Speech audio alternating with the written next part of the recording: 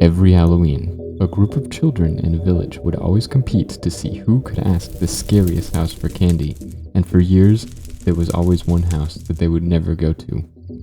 That was until one Halloween, when a naive child, blinded by confidence from his first Halloween costume, little Jimmy was told the tale of that forsaken house. The legend tells of a man who lived deep in a part of the valley where the sun never pierced through the evergreen needles of the trees. A man who only kept company with the strongest boar in the forest. He deemed the others too weak to guard his post. One fateful day, the forest caught fire, and his beloved boar fled. Although he tried his best, the man was not fast enough to catch it. After the fire calmed, he searched the forest for days, but there was no trace of the boar. Years later, on a dark autumn day, the forest had grown back even denser than before. The man heard footprints outside of his home. With his boar no longer there to defend his home, he had taken the duty upon himself. He stepped out, ready for the worst, only to find his long-lost boar friend. He yelled with excitement, "My beloved boar, you're finally back!" "No," the boar replied, "you have schizophrenia." Jimmy didn't get any candy that Halloween. When I was a kid, it was really easy to do things like go outside and read books because I didn't have reliable access to the internet until I was around 10 or 12. I would read typical mid-2000s things like Percy Jackson or like the 49 Clues. But after I found my older sister's excuse of an Android phone in the yard, half eaten by our dog, months after we had presumed it went missing, I wouldn't pick up and finish a book until late high school. No, I spent the majority of my time as a kid becoming a master computer toucher, and as my late grandma would say, a filthy red communist liberal brainwashed by Chinese cartoons.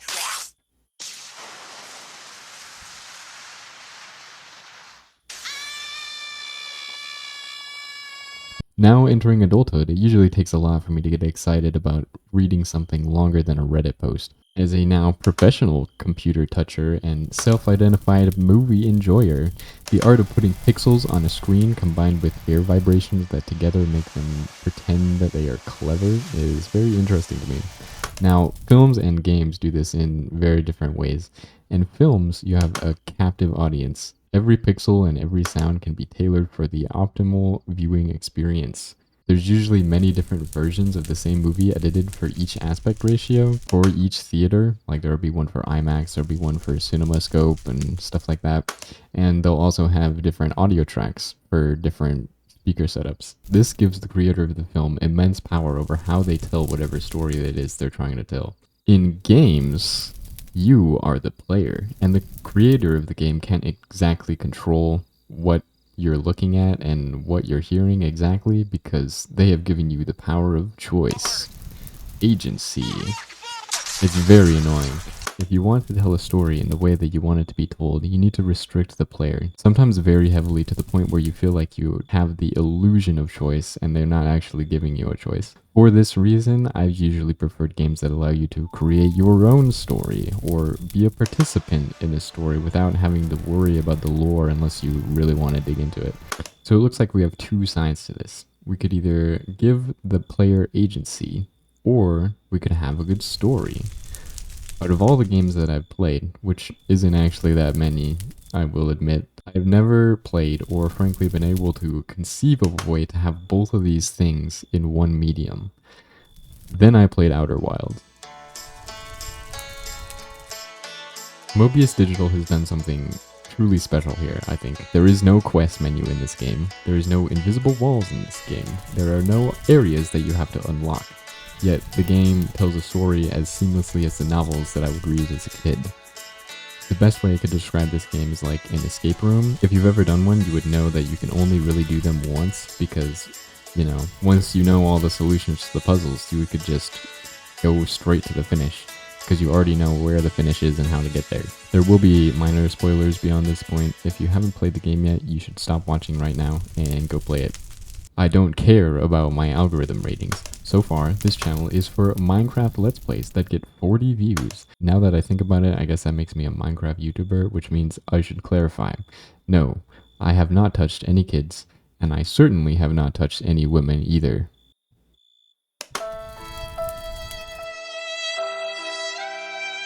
I'm here to talk about the DLC, and why I think it's better than the original game. I've been told that that is not a very popular opinion among the other fans of this game. It's a good thing. There are two main things I like about the DLC that separates it from the original game. The original tells the story mostly through text that you translate, while the DLC has no text to be seen anywhere. The story is discovered through imagery. This is genius. I like this. You learn about the characters, their history, their conflicts, their solutions, and you don't have to read any of it. It's beautiful. This is genuinely impressive, I think. There's not a single word of dialogue in the entire DLC, and yet they tell a nuanced and thought-provoking story in such an accessible way. It blows my mind. I genuinely do not know how they did this. The second thing that they did masterfully well, I think, is how they approached fear. And I now can never enjoy a horror game or probably film ever again. I mean, I wasn't that big of a horror fan before either, but that's besides the point. Let's look at some examples. Here's a scene in Detroit Become Human.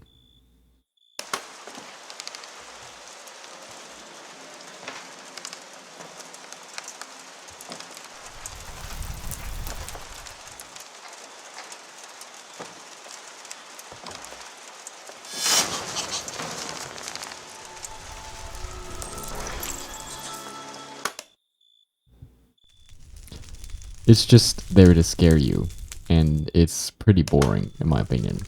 Here's what they did in Outer Wilds.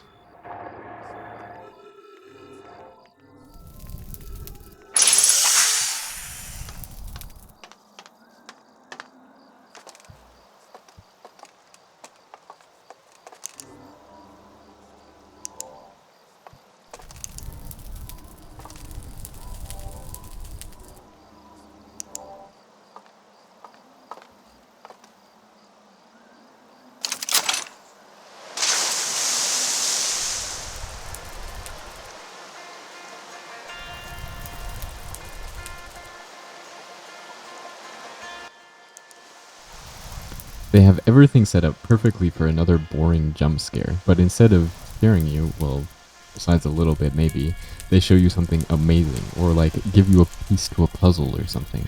Something that isn't just, oh, you should feel scared now, you know? They do this lots of times without making it feel repetitive or trivial. And by doing this, throughout the DLC, you have to go into progressively more spooky looking areas, but they always make it worth it at the end. They give you the courage to go into the dark, because whatever awaits on the other side must be worth it.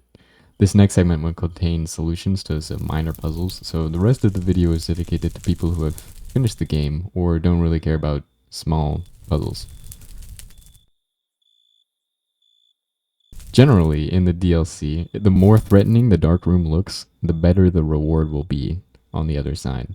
If we have a mildly scary abandoned looking house, for example, the payoff is just like a film reel. Cool. Let's look at it.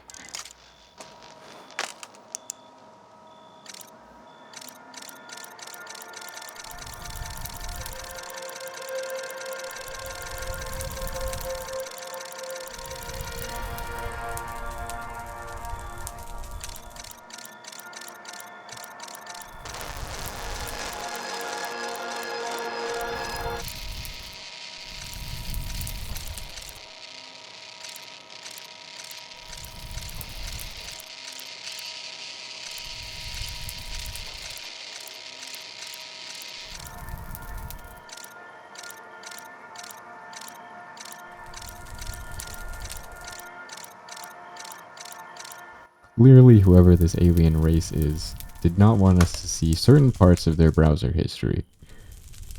Okay, this film reel was pretty hard to get. It was kind of behind a spooky puzzle looking thing in one of the abandoned houses. Let's see what it says.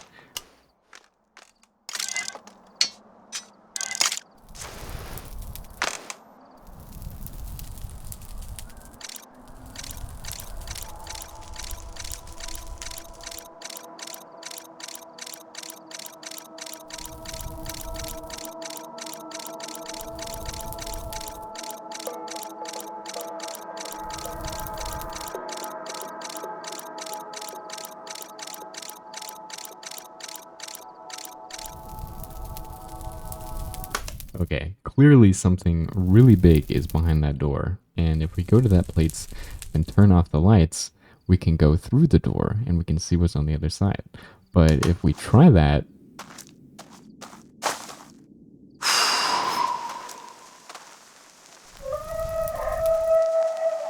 you know whatever you find behind that door is going to be very, very important. The DLC has this level of impact when you discover things that the original I don't think really had very often. Yeah, the original game had some puzzles that were interesting to piece together, and the moments when you figure it out are kind of like, oh, I see, or oh, that's how I do that. But when I played the DLC and I figured something out, it was more like, whoa. Okay, the orbital probe cannon was pretty cool, I will admit that. But the DLC had like at least 4 moments where I was like, whoa. The scale and complexity of the first game was definitely larger and more thought out. And while it did have a fair amount of like woe-ness to the discoveries, the DLC just felt more woe. I also thought the ending of the game was a lot more accessible. The message the devs were trying to tell the players was that fear is the mind killer. And they made it much more clear because, well, you're spending the whole game learning how to confront the things that are scary. And you see how scared the alien race was and the lengths that they went to ensure that what they feared would never happen. In the first game, it's like, you need to accept that your NPC friends and everything you know will end. Here, jump in this weird smoke ball. Play a big sound that makes the scene feel dramatic. I don't know, it didn't really do it for me. Although it's completely possible that I've just watched way too many Christopher Nolan movies. In my mind, I've already accepted that everybody will die when I took the warp core out and stopped the time loop. And that was like 20 minutes ago at this point. I had to do some crazy stuff to get to where I am now. My brain doesn't have enough RAM to remember that philosophical significance of what's going on. In the DLC, they handled the ending pretty well. I liked it a lot better than the traditional ending. Also, the part that they added to the base game ending, I thought was also much better than any of the other base game character things that they had.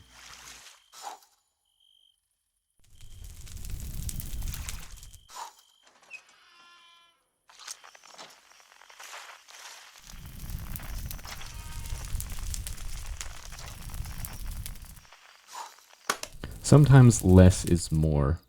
This gives the ending the weight that was missing before. I don't really think you need big noises or big visuals or anything like that. Just having the player perform an action that symbolically reminds them of what they chose is good enough. Anyway, I couldn't really think of a good way to wrap up the video. I was too lazy to write a conclusion, so that's all my thoughts on the game for now. Let me know if you want to see more of this kind of content, and I still have no outro. I need to get me some food. I saw a house on the way up here that had an animal pen in it, but there wasn't any animals in it. All I heard was some deranged mumbling about boars. I don't know. Seemed like a nice person though. Figured it couldn't hurt to ask.